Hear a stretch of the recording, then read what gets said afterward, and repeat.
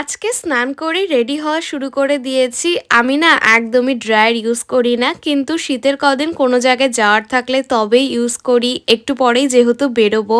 আর আজ আমার মেহেন্দির কাজ রয়েছে, তার জন্যই ব্যাগটা গোছাচ্ছি। আমিও তো রেডি হয়ে গেছি, এবার বেরোবো। আজকে আমার একটা স্কুল ফ্রেন্ডের বাড়িতেই মেহেন্দি পড়ানো রয়েছে।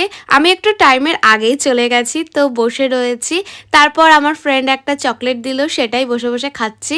এরপর তো এক এক করে কাজ শুরু করে দিলাম। প্রথমেই তো মেহেন্দির এই ডিজাইনটা করেছি, এটা কিন্তু ক্লায়েন্টের চয়েসেই করা হয়েছে আর বেশ সুন্দর লাগছে। তারপরেই তো আন্টির হাতে মেহেন্দি পরালাম। বেশিরভাগ সবই হাতের ব্যাক সাইডে মেহেন্দির কাজ রয়েছে। এরপর তো আমার ফ্রেন্ডকেও মেহেন্দি পরানো শুরু করে দিলাম। মাঝখানে একটু ব্রেক নেওয়া হয়েছে, সবাই একসাথে মোমো খেলাম। এই যে আমার ফ্রেন্ড মানে প্রিয়াংশীর লেফট হ্যান্ডের ফ্রন্ট সাইডের মেহেন্দি পরানো তো হয়ে গেছে, এখন রাইট হ্যান্ড পরাচ্ছি। আর ওকে মেহেন্দি পরানোর সময় সবাই মিলে তো আমরা অনেক গল্প করেছি, হাসতে হাসতে তো পেটটাই ব্যথা হয়ে গেছে। এই যে প্রিয়াংশীর ফ্রন্ট সাইডের মেহেন্দি ডিজাইন তোমাদের কেমন লাগলো নিশ্চয়ই জানিও।